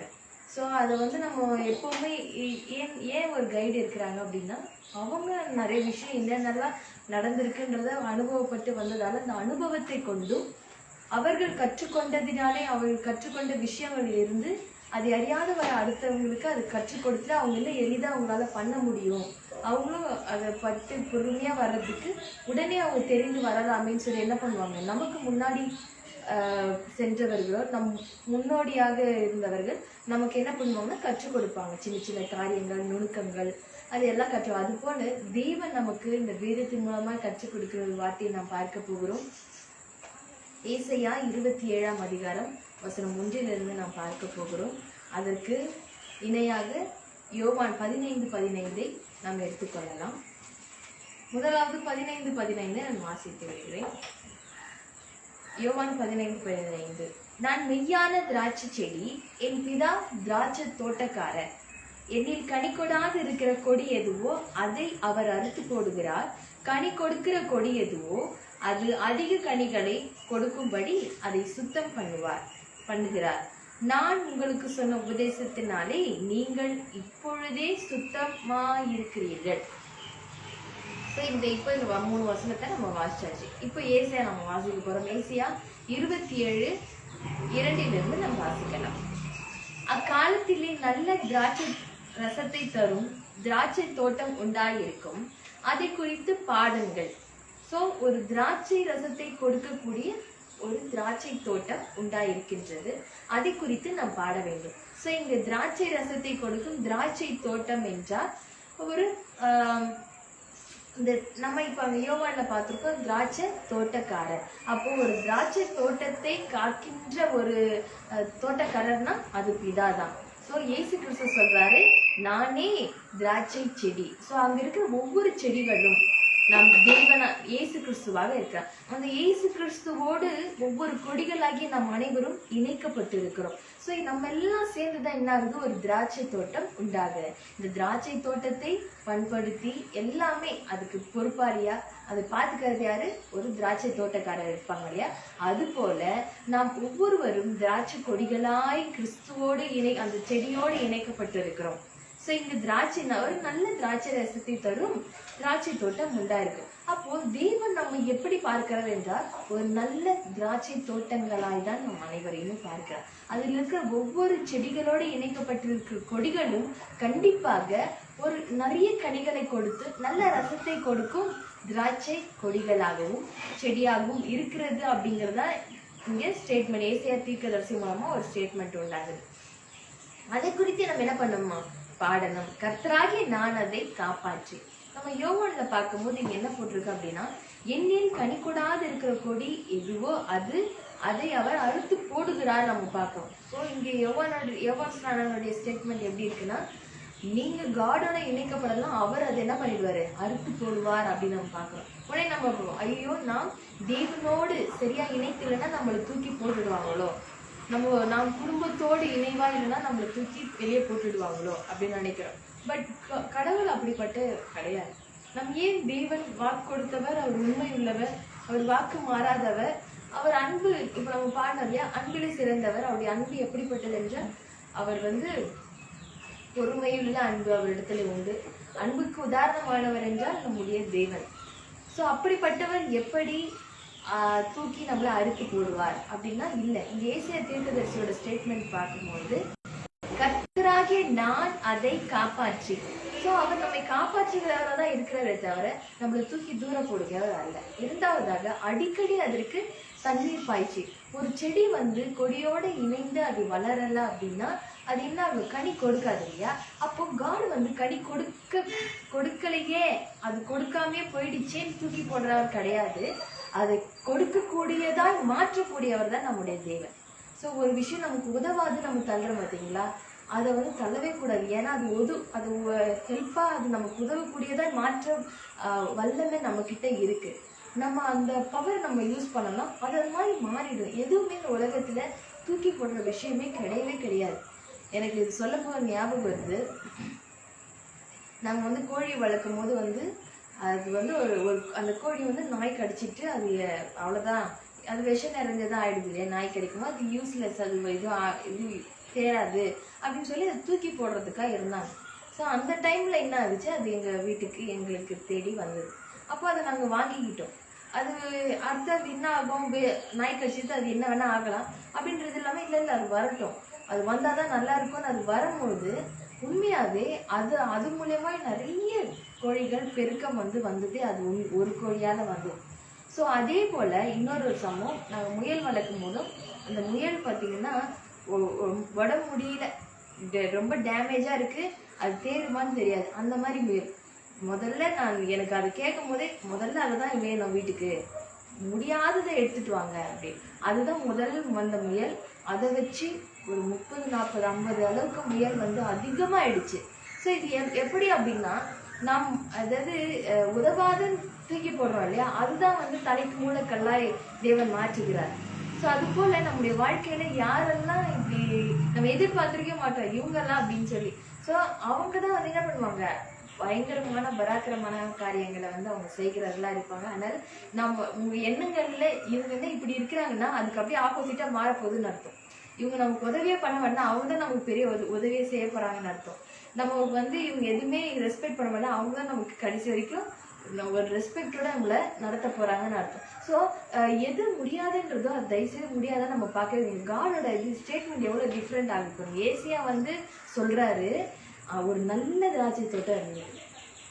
நல்லெண்ணம் போது என்ன ஆகும், எல்லாமே பர்ஃபெக்டா இருக்குன்னு அர்த்தம். அப்போ ஒரு நல்ல திராட்சை தோட்டம் இருக்கு, அது அந்த திராட்சை தோட்டத்தில் நல்ல ரசம் தான் வரும், அதை குறிச்சு பாடுங்கள். ஸோ நம்முடைய வாழ்க்கை ஒரு நல்ல வாழ்க்கையாக தான் இருக்கு. நம்முடைய குடும்பம் சமாதானத்தின் குடும்பமாக தான் இருக்கு, அது சந்தோஷம் இருக்கு. நாம் எப்படி பார்க்கறோம், இங்க சொல்றதே ஒன்று உண்டா இருக்கும், ஒரு நல்ல தோட்டம் இருக்கும், அதை குறிச்சு பாடுங்க, அவ்வளோதான், சிம்பிளாக முடிச்சுட்டாங்க. ஸோ அது அது ஃப்யூச்சரில் எப்படி இருக்குது, நல்லதா இருக்கான்னு சொல்லவே இல்லை. ஸோ நம்ம அப்படி தான் நம்ம லைஃப்பை பார்க்கணும். ஸோ இன்னைக்கு நான் போகிறேன், அதை மொத்தவங்க அந்த லைஃப் எப்படி வேணாலும் நம்ம சொல்லலாம், நாம் எப்படி பார்க்குறது தான் முக்கியம். இன்னைக்கு நான் போகிறேன், எங்கள் வாழ்க்கை எவ்வளோ நாள், நாங்கள் எங்கள் குடும்பம் எவ்வளோ சந்தோஷமாக இருக்குது, எவ்வளோ சமாதானமாக இருக்குது, நான் எப்போ அதை பார்க்குறேனோ அது போல் அது உண்டா இருக்கும். அது குறித்து நம்ம என்ன பண்ண பாட ஆரம்பிச்சிடணும். இங்கே ஒரு நல்ல விஷயம், இந்த ஒரு லைனில் நம்ம ஒரு நல்ல திராட்சை ரசத்தை தரும் திராட்சை தோட்டம் உண்டா இருக்கும், அதை குறித்து பாடுங்கன்னு சொல்லிட்டார். அப்போ நம்ம என்ன பண்ணணும், நம்முடைய குடும்பத்தை குறித்து நாம் நன்மையானதாக பேச வேண்டும். ஐயோ இப்படி ஆயிடுச்சு, இனி நம்ம வந்து இதெல்லாம் அவாய்ட் பண்ணிடு. ஏன்னா இல்லைன்னு பேசினா இல்லைன்னு தான். நான் நிறைய பேரோட சக்ஸஸ்ஃபுல்லாக இந்த லைஃப்பில் வந்து அவங்க எவ்வளோ வந்து ஒரு ஃபெயிலியரை சந்திச்சாங்க, என்ன விஷயம் அவங்க ஃபெயிலியரை சந்திக்க வச்சுது, அவங்க பண்ண மிஸ்டேக் என்னன்னு சொல்லி ஒரு 4-5 பேர் வந்து நான் பார்த்துருந்தேன். அப்போ அவங்க சொல்கிறது என்னன்னா, ஒரு காலத்தில் எனக்கு பணமே இல்லை, எனக்கு எதுவுமே இல்லை, நாங்களே ஏழையாக தான் இருக்கிறோம், இப்படியே சொல்லிகிட்டே இருந்த விஷயத்தினாலே அவங்களால என்ன பண்ண முடியல, பணமே சம்பாதிக்க முடியல, அடுத்த லெவலில் போக முடியல. அப்போ எப்போ நான் நல்லா சம்பாதிக்கிறேன், இன்னைக்கு என்கிட்ட ஒரு 100 ரூபாய் இருக்குங்க, பணமே இல்லைன்றது இல்லை, எனக்கு ஒரு 10 ருபீஸ் இருக்குது, இதை வச்சு எனக்கு ஒரு நல்ல நான் சாப்பிட்டேன், ஒரு வேளை நான் நல்லா சாப்பிட்டேன், இப்போ எனக்கு 100 ருபீஸ் வந்துருச்சு, நாங்கள் ரொம்ப ஹாப்பியாக இருக்கோம், இன்னைக்கு ஒரு ட்ரெஸ்ஸு 2 ட்ரெஸ்ஸு என்கிட்ட வந்து போடுற அளவுக்கு ரொம்ப சூப்பராக இருக்குது அப்படின்னு சொல்லி நாம் பார்க்குற அந்த இருக்கிற விஷயங்களை மேலாக பார்க்கும்போது மேலானதாக வருது. அந்த காரணம் இருக்கிறவனிடத்தில் இல்லாதவனிடத்தில் இருக்கிறது என்ன பண்ணுது, எடுத்துக்கொள்ளப்படுது, இருக்கிறவனுக்கு இன்னும் கொடுத்துட்டே இருக்கிறாரா. அப்போது நம்ம இருக்குன்னு பேசும்போது நமக்கு வந்துட்டே இருக்கும். இல்லைன்னு சொல்லி பாருங்களேன், நிறையாது. ஒன்று இருந்தால் பாருங்க, இன்னைக்கு இந்த ஒரு அழகான ஒரு பூ இருக்கு, நம்ம அதை பார்க்கும்போது நிறைய பூக்கள் நம்ம கிட்ட வரும். ஒரு ஃபேன் இருக்குன்னா கூட 4-5 ஃபேன் வரும். ஸோ நம்ம பார்க்குற நம்ம எப்படி நம்ம தேவன் நம்ம உள்ளத்தை தான் பார்க்குறாரு. தேங்க் பண்ணுறோமா, நன்றி இருதயம் உள்ளவர்களாக இருக்கிறோமா, நன்றி இருதயம் உள்ளவர்களாக இருங்கள். அதை ஃபில் பண்ணுங்க. அடுத்த லைனு, நன்றி எங்கே இருக்குதோ அங்கே சமாதானம் இருதயத்தை ஆளும். எல்லார் வீட்லேயும் சமாதானம் இருதயத்தில் தான் இருக்குது. வீட்டில் இருக்கிறத விட ஒவ்வொருத்தருடைய இதுதான் வீடு இல்லையா, இந்த வீட்டுக்குள்ளே சமாதானம் இருக்கணும், அதுதான் முக்கியம். அப்போது நம்ம நன்றி உடையவர்களாக இருக்க வேண்டும். ஸோ ஒருத்தர்கிட்ட வந்து நமக்கு ஒரு ஹெல்ப் பண்ணுறாங்க, அவங்ககிட்ட இல்லை என்ன பண்ண இது வரைக்கும் அப்படின்னு மட்டும் சொல்லிட்டா அவ்வளோதான், அதோட அவங்க இப்போ இவ்வளோ நாள் பண்ணதில்ல என்ன அப்படின்னு சொல்லி நமக்கு ஆப்போசிட்டாக தான் மாறிடுறாங்க. அப்போ நம்ம நன்றியோடு இருந்துட்டா, இன்னைக்கு நீ வந்து பேசுனல்லம்மா ரொம்ப தேங்க்ஸ்மான்னா அவங்களுக்கு என்ன ஆகிடும், இன்னும் நம்ம செய்யணும். அப்போ அந்த ஒரு சின்னதாக சொல்கிற நன்றி கூட என்ன பண்ணுது, சமாதானத்தை நிறைவாய் வைக்கக்கூடியதாக இருக்கிறது. அதனால் நம்ம வந்து கவலைப்படக்கூடிய காடோட இதுனா, கர்த்தராகி நான் அதை காப்பாற்றி அதை பண்படுத்திடுறாரு பாருங்க. அந்த கிரியேட்டிவிட்டி வந்து நமக்கும் இருக்கணும். ஒன்று முடியாதுன்னா உருவாக்குற சக்தி நமக்குள்ள இருக்கு. அப்போ நம்ம அதை உருவாக்கணும். நமக்கு இது தடையா இருக்கிறது அவங்களுக்கு சாதாரணமான சோம்பேறித்தனம், ஒரு லேசினஸ், நம்மளாம் எதுக்கு செஞ்சுட்டு யாருன்னா செய்வாங்க அப்படின்ற ஒரு விஷயம். கர்த்தராகி நான் அதை காப்பாற்றி அடிக்கடி அதற்கு தண்ணீர் பாய்ச்சி ஒருவரும் அதை சேதப்படுத்தாதபடிக்கு அதை இரவும் பகலும் காத்துக்கொள்வாரா. அப்ப பாருங்க, காத்துக்கொள்ளுகிற தேவன் அதை அறுத்து போடுவாரா? அவரோட வேலை என்ன? வீக்கா இருக்கிறியா, உன்னை தூக்கி ஸ்ட்ராங் ஆக்குறதே என் வேலை. அப்ப என்ன பண்றாரு, அதான் ஒரு சார், ஒரு ஜட்ஜு, அவங்க சொல்றாங்க, காட் கிட்ட நான் எல்லாமே கேட்டிருக்கிறேன், எல்லாரும் சொல்றீங்க அவர் பதில் அளிக்கலன்னு சொல்றீங்க, ஆனால் எனக்கு பதில் அளிச்சாரே அப்படின்னு சொல்லிட்டு அவர் சொல்ற விஷயம் என்னன்னா, நான் கடவுள்கிட்ட கேட்டேன், கடவுளே நான் நல்லா நான் பயப்படவே கூடாது அப்படின்னு சொன்னேன். கடவுள் என்ன பண்ணாரு, தைரியமான கேசஸ் ஹேண்டில் பண்ற நிறைய கேசஸ் கொடுத்தாரு. நான் அதெல்லாம் சால்வ் பண்ண நான் தைரியமாயிட்டேன். கடவுளே என்னை கஷ்டப்படுத்தாது அப்படின்னு சொன்னேன். ஒருத்தரை கஷ்டப்படுத்தினா, அதாவது வந்து கஷ்டப்படுத்தாத அளவுக்கு சில கேசஸ்லாம் வருது, அதெல்லாம் இவ்வளோ இதுவாக இருக்குன்னு அதை முயற்சி பண்ண பாருங்க, கஷ்டத்துலேருந்து மேலே வந்துட்டேன். அப்போ கஷ்டம் இல்லாத ஒரு வாழ்க்கையை நான் கற்றுக்கிட்டேன். ஸோ காட் வந்து அந்த மாதிரி கொடுக்க, முதல்ல வந்து நம்ம சைக்கிள் ஓட்டுறோம், எடுத்ததுமே யாருமே சைக்கிள்லேருந்து விழாமல் கற்றுக்கவே முடியாது. அதுக்காக நான் விழுந்தே ஆகணும்னா கிடையாது. இதுதான் ஒரு வந்து ஒரு எப்படி சொல்றது, இதுதான் யதார்த்தமான ஒரு விஷயமே. சைக்கிள்ல சில இப்படி அப்படின்னு சாஞ்சாதான் என்ன ஆகும், பேலன்ஸ் வரும். இல்லைன்னா அப்படி எல்லாம் எடுத்ததுமே பேலன்ஸ் வருதுன்னா அது வந்து சூப்பர் நேச்சுரலா அது ரொம்ப அற்புதமா நடக்கக்கூடிய. அதே மாதிரி குழந்தை பிறக்கும் போது அதுக்கான காரியங்களை ஃபாலோ பண்ணி தான் நம்ம வரணும். ஸோ எல்லாமே வந்துடுதுன்னா அது கிடையவே கிடையாது. இந்த மாதிரி நம்ம என்ன வந்து நேச்சுரலான விஷயத்தை எல்லாமே நம்ம என்ன பண்ணிட்டோம்னா, ஐயோ இது என்ன இவ்வளோ கஷ்டமா இருக்குன்னு நினைக்கலாம். இதுதாங்க நேச்சர், இது ரொம்ப நார்மலான விஷயம். நார்மலாக பார்த்துட்டு நம்ம கடந்து போயிட்டே இருந்தோம். ஐயோ இவ்வளோ கஷ்டமா செய்கிறீங்க, இது கஷ்டமே கிடையாது, இதுதான் விஷயம், இதை தாண்டினாதான் எனக்கு இதுவாக இருக்கும். நம்ம பார்க்குற விஷயங்கள் தான். தேவன் என்ன பண்ணுறாராம், நம்மளை வந்து எதுவுமே அதுதான் சொல்லியிருக்காங்க. அங்கே யோவான் ஸ்நானகன் சொன்னது என்னன்னா, நாம் இயேசு கிறிஸ்துவோட அந்த செடியோடு இந்த கொடி இணைக்கப்படும் பொழுதுதான் அதுக்கு என்ன ஆகுது, ஸ்ட்ரென்த் எல்லாம் அந்த கொடிக்கு போகும். செடியில தான் என்ன இருக்கு, வேர் இருக்கு. கொடி வந்து வேர் உருவாகாது, கொடியில இருக்கிற வேர் உருவாகாது. செடியிலேருந்து வேர் கனெக்ட் ஆகிருக்கும் போது அதுல இருக்க ஸ்ட்ரென்த் கொடிக்கும் போய் தான் கொடியிலேருந்து நமக்கு கனிகள் வருகிறது. அப்போ நாம் இயேசு கிறிஸ்துவோடு அந்த வார்த்தையாகி கிறிஸ்துவோடு இணைந்திருக்கும் பொழுது காட் தான் நமக்கு என்ன பண்றாரு, ஸ்ட்ரென்த்து, எனர்ஜி, நியூட்ரியன்ஸ் எல்லாம் சப்ளை பண்ணிட்டே இருக்கேன். அது சப்ளை ஆக நம்ம லைஃப்ல நம்ம என்ன பண்ணணும், நல்ல க்ரோத், ஃப்ரூட்ஸ் எல்லாம் நம்ம கொடுக்க முடியும். ஸோ இதெல்லாம் கரெக்டாக கொடுக்குதா, கரெக்டாக தண்ணி போதான்னு பார்த்துக்கிறது நமக்கு என்ன நம் தேவன் இருக்கிறார். அவர் என்ன பண்றாரு, ஒரு கொடி வீக்கா போதா, காய் என்ன இவ்வளோ குட்டியா வருது, சரியா வரலையே, அதுக்கான நியூட்ரியன்ஸ் போல என்ன பண்றாரு, அதுக்கான தண்ணி அடிக்கடி தண்ணி பாய்க்க ஆரம்பிக்கிறாரு. அதுக்கப்புறம் ஏதாவது பறவைகள் வந்து அந்த பழத்தை வளராத அளவுக்கு ஏதாவது சேதப்படுத்துதா அப்படின்னு சொல்லி என்ன பண்றாரு, அதை இரவும் பகலும் கண்மணி போல அதுல எப்படி ஒரு கேமரா வாட்ச் பண்ணிட்டே இருக்குதோ அது போல நோக்கமா இருக்கிற. உக்கிரம் என்னிடத்தில் இல்லை, முச்செடியும், அதாவது அந்த கொடியை நெருக்கி போடுகிற காரியங்கள் நம்மளை சூழ்ந்து முச்செடி போல வந்தாலும் அதுக்கு விரோதமாய் நான் ஒரு தோட்டக்காரர் இருக்கும் போது என்னை தாண்டி வந்துருவான், அவன் யாருப்பா அதுன்னு கேட்கிறாரு. அப்படியே வந்தாலுமே அவன் என்ன ஆயிடுவானா, நான் அவைகள் மேல் வந்து அவைகளை ஏகமாய் கொளுத்தி போடுவேன். அப்படி இல்லைனாலும் நான் தேவன் வந்து அழிக்கிற அடுத்ததே அவரோட கேரக்டர் பாருங்க. அப்படி இல்லைனாலும் நான் அப்படி கொளுத்தலைனாலும் அவன் என்ன பண்ணுவானா, என் பலத்தை பற்றி கொண்டு என்னோட சேர்ந்து ஒப்புரவாயிடுவான். அவன் என்னோட வான்னு சொல்லி ஒப்புரவாகட்டும். அடுத்தது என்ன சொல்றாரு, அடுத்த ஸ்டேட்மெண்ட்டே மாத்துறாங்க பாருங்க. அவன் என்னோட ஒப்புரவாகட்டும், அவன் என்னோட ஒப்புரவாவான். அவ்வளவுதான். எனக்கு எதிரியா வரானா, ஒண்ணு நான் அவனை வந்து கொளுத்துறேன்னு சொல்றாரு, ஆனா என்ன பண்றான், அவன் கூட சேர்றானா அவனே சேர்ந்துருவான். நாம் சேர வைக்க அவசியமே கிடையாது. நமக்குள்ள இருக்கிற தேவனை மட்டும் நாம் பார்த்து இணைந்து இருக்கும்போது நமக்கு எதிராளியா இருக்கிறவங்க கூட நமக்கு என்ன பண்றாங்களாம், சிநேகிதரனா தானாவே மாறிடுவாங்க.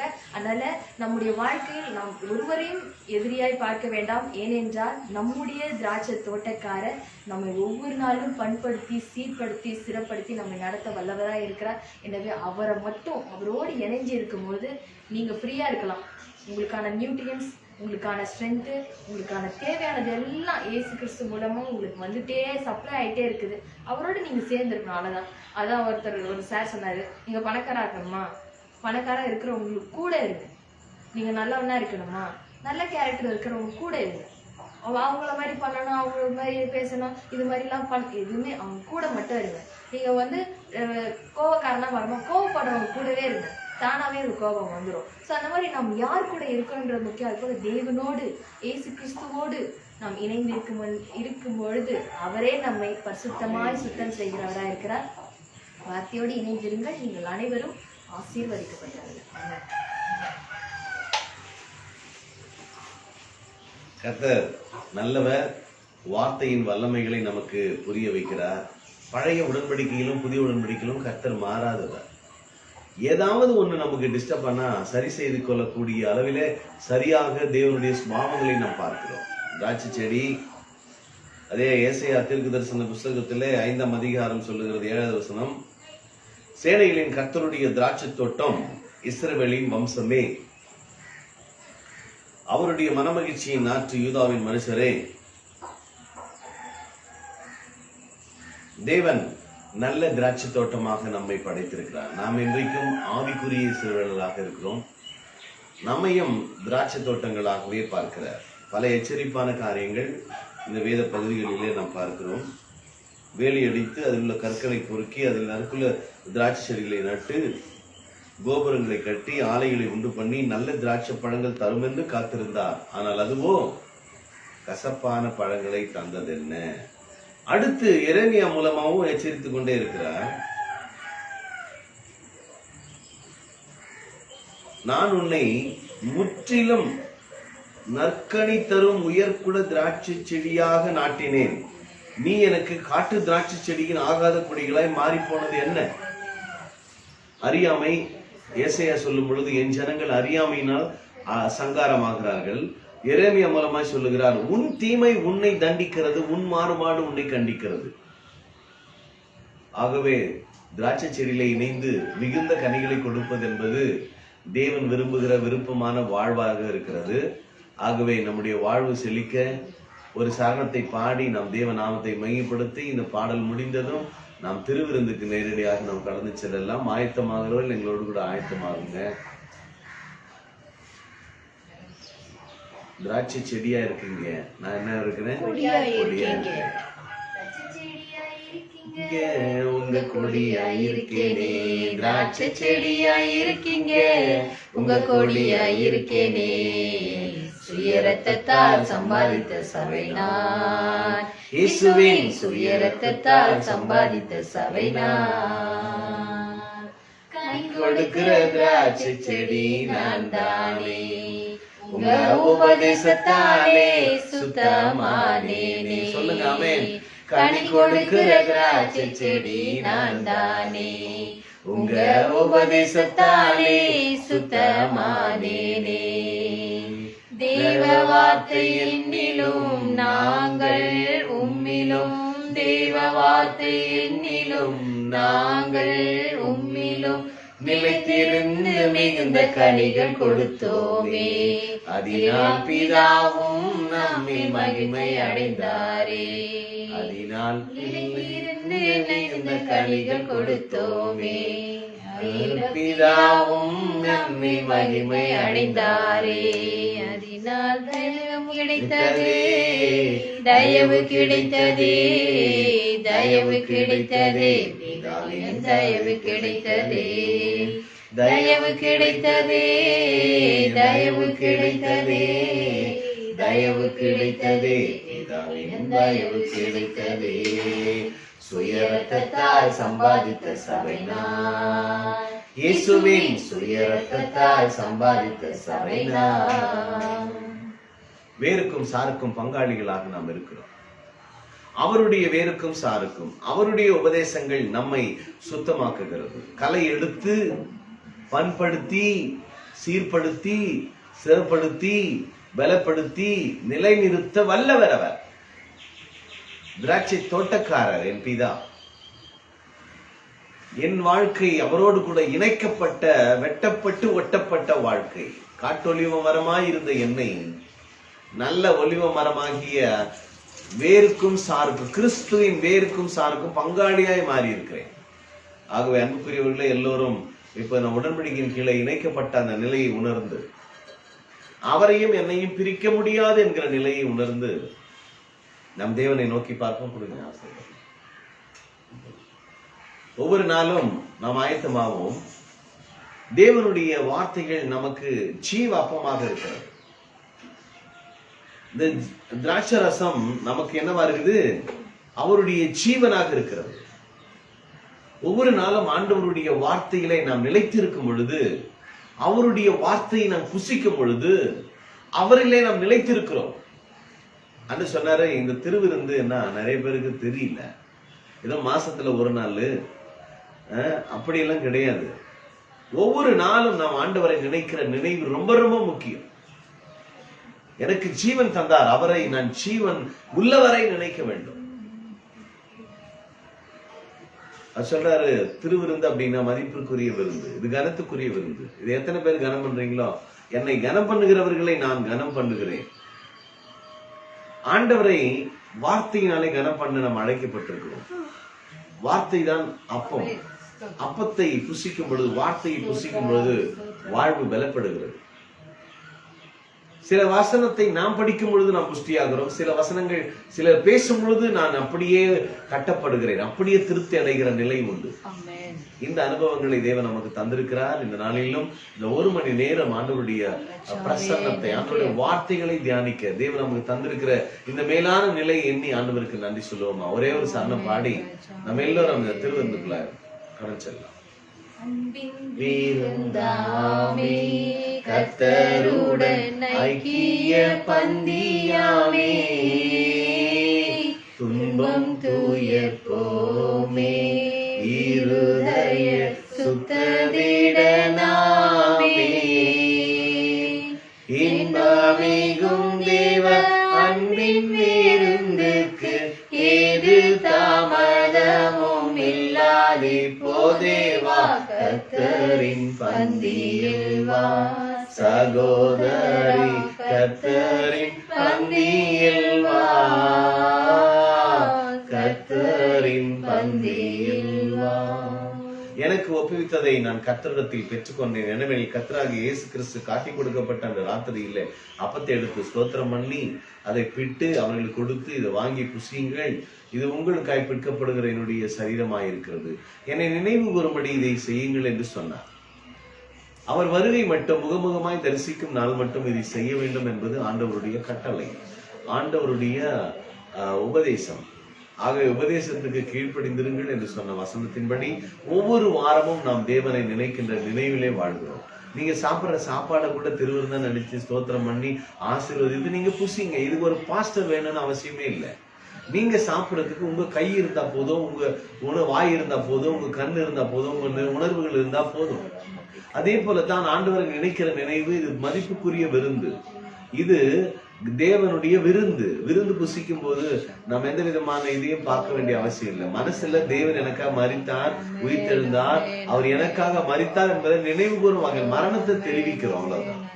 எனக்காக மரிச்சுட்டாருங்க, எனக்காக கஷ்டப்பட்டார், நான் எங்க கஷ்டப்படணும், நான் நல்லா இருக்கிறேங்க, அவரை சாப்பிடுறேங்க, அவரை நினைவு கூறுறேங்க, அவரை புசிக்கிறேங்க, அவர் எனக்குள்ள இருக்கிறேன், நானும் அவரை என்னைய பிரிக்க முடியாது.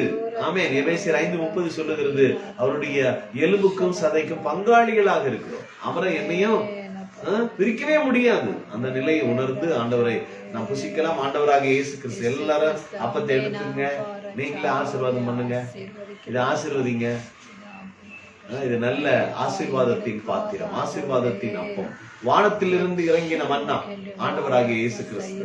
அன்னைக்கு அப்பம் சாப்பிட்டாங்க, செத்துட்டாங்க நிறைய பேரு. இதை சாப்பிட்டீங்கன்னா உங்களுக்கு பிழைப்பீர்கள். என்னன்னைக்கும் இதை சாப்பிடல, இதை பங்கு கொள்ளல அப்படின்னா எனக்கு உனக்கு பங்கு இல்லைன்ட்டாரு. நீ யாரோப்பா? மத்திய 7:21 சொன்னார் இல்லையா? மனம்ல நான் பேய ஓட்டனை தோர்த்தனேன், சித்தமான என்ன அறியேன் அக்கிரம செய்யக்கார. இது கிரமமான செயல். இந்த கிரமத்தை நாம் நினைத்து ஆண்டவருக்கு ஆசீர்வாத சோத்திரத்தோடு நாம் புசிக்கலாம். ஆண்டவராகிய இயேசு கிறிஸ்துவினுடைய சரீரம் உங்கள் ஆவி ஆத்மா சரீரம் நித்திய வாழ்கிறது காத்துப்படும். ஸ்தோத்திரம் பண்ணி ஆசீர்வாதம் பண்ணி எல்லாரும் சாப்பிடணும், எல்லாம் புசிக்கலாம்.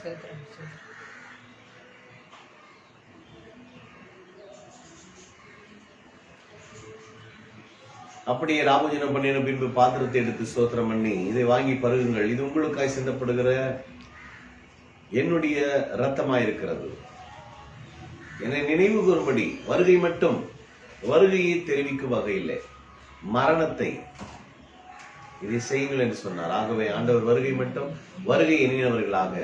அவருடைய திராட்சரசம் ரத்தத்துக்கு இணையானது. உயிர் கொடுத்து என்னை மீட்டார். என்னை மீட்டவரை நாம் உள்ளளவும் சாப்பிடும் போது உள்ளெல்லாம் போற அந்த தன்மையை நாம் உணர்ந்து நம்ம ஆசீர்வாதத்தை நாம் குடிக்கலாம். ஆண்டவராகிய இயேசு கிறிஸ்துவினுடைய ரத்தம் உங்கள் ஆவி ஆத்மா சரீரங்களை நித்திய வாழ்வுக்கு. எல்லாரும் ஸ்தோத்திரம் பண்ணி ஆசீர்வாதத்தை நாம் புசிக்கலாம். ஆண்டவராகிய இயேசு கிறிஸ்துவினுடைய ரத்தம் உங்கள் ஆவி ஆத்மா சரீரங்களை நித்திய வாழ்வுக்கு.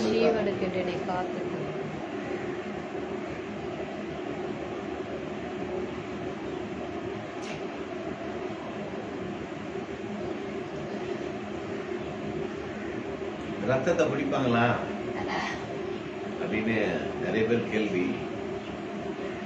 நினைவுதாங்க. ஆண்டவருடைய உயிருக்கு உயிரா கலந்தவங்க நம்மன்றதை நம்ம நினைக்கணும், அவ்வளவுதான். நாம் ஜெபிக்கலாமா? ஜெபிக்க. எல்லா நன்மைகளுக்கும் மூச்சுக்கும் உறைவிடமாய் இருக்கிற எங்கள் பரிசுத்தமுள்ள நல்ல பிதாவே, இந்த ஆசீர்வதிக்கப்பட்ட மனமகிழ்ச்சியான இந்த காலை வேளைக்காக நன்றி சொல்லுகிறோம். இந்த மே மாதம் இந்த 19ஆம் தேதியிலே உடைய கிருபை எங்களை தாங்கி இருக்கிறது. இன்னும் எங்களை தாங்க போகிறது, ஏந்த போகிறது, சுமக்க போகிறது. எங்கள் ஆண்டவரே, எங்கள் சகல சம்பூர்ணத்தினால் எங்களை நிரப்பி இருக்கிறீங்க. உம்முடைய ஆளுகைக்குள்ளே நாங்கள் இருக்கிறோம், உம்முடைய ராஜ்யத்துக்குள்ளே இருக்கிறோம். நாங்கள் எல்லாம் இஸ்ரவேல் ஆவிக்குரிய இஸ்ரவேலராக, ஆண்டவரே, நல்ல திராட்சை செடியாக எங்களை நீ ஒவ்வொரு நாளும் சீர்படுத்திக் கொண்டே இருக்கிறீர். உங்களுடைய உபதேசங்கள், உங்களுடைய வார்த்தைகள் எங்களை பக்குவப்படுத்திக் கொண்டே இருக்கிறது. எங்களை மாற்றி விட்டது, எங்களை சரி செய்திருக்கிறது, எங்களுக்கு கீழ்ப்படிய வைத்திருக்கிறது. இன்றைக்கு கூட இதை கேட்டுக்கொண்டிருக்கிற ஒவ்வொருடைய வாழ்க்கையிலும் சீர்படுத்துகிற ஆண்டவருடைய வார்த்தைக்குள்ளே ஒப்பு கொடுக்கிறேன். கிருபை நிறைந்த வசனத்துக்குள்ள நான் உங்களை ஒப்பு கொடுக்கிறேன் என்று சொன்னது போல இந்த நாளிலும் கேட்ட வார்த்தையின்படி இந்த திராட்சை தோட்டமாகிய எங்களை, ஆண்டவரே, செடியாய் இருக்கிற எங்களை நீர், ஆண்டவரே, உம்மோடு கூட இணைந்து, உடைய திராட்சை செடியாக உண்மையில இணைந்து கொடிகளாய் இருக்கிற எங்களை நீர் ஆசீர்வதித்து மிகுந்த கனிகளை கொடுக்கிறவர்களாய் ஒவ்வொருவரையும் மாற்றுங்க. குறைவாயிருக்கிறவர்கள் நிறைவடைவதாக, வேலை தேடிக்கொண்டவர்களுக்கு வேலை வாய்ப்புகள் உண்டாவதாக, திருமணத்துக்காக காத்திருக்கிறவர்களுக்கு திருமண வாய்ப்புகள் தேடி வருவதாக, ஆண்டவரே, வெற்றி பெற வேண்டும் என்கிற பிரயாசப்படுகிற பிள்ளைகளுக்கு வெற்றி ஓடி வருவதாக. இயேசு கிறிஸ்துவின் நாமத்தினாலே இவைகளை நாங்கள் பேசுகிறோம். வியாதியா இருக்கிறவர்களுக்கு சுகம் ஆளுவதாக இப்பொழுது இயேசுவின் நாமத்திலே வார்த்தை அனுப்புகிறோம். அவருடைய தழும்புகளால் நாங்கள் சுகமானீர்கள். ஆண்டவரே, உம்முடைய வல்லமை எங்களுக்குள்ளே, ஆண்டவரே, நீர் அருளப்பட்ட பிரகாரம் நாங்கள் அறிவித்திருக்கிறோம். ஒவ்வொருவரும் மரண வாசனை அல்ல, ஜீவ வாசனை வெளிப்படுத்துவார்களாக, நற்கந்தங்களாய் இருப்பார்களாக. இயேசு கிறிஸ்துவின் ஈடு இல்லாத பரிசுத்த நாமத்தில் அர்ப்பணித்து ஜெபிக்கிறேன் ஜீவனுள்ள நல்ல பிதாவே. நம்முடைய கர்த்தரா இருக்கிற இயேசு கிறிஸ்து, என் ஆத்துமாவே என் முழு உள்ளமே அவருடைய பரிசுத்த நாமத்தை ஸ்தோத்திரி. என் ஆத்துமாவே கர்த்தரை ஸ்தோத்திரி. ஆமென். God bless you all. Have a great day. இன்னைக்கு பாத்தீங்கன்னா ஹாப்பி சண்டே. எல்லாரும் சந்தோஷமாய் அவங்க விரும்புறபடி எல்லாம் புசித்து தேவனை மகிமைப்படுத்துங்க. Bless you all. Bye.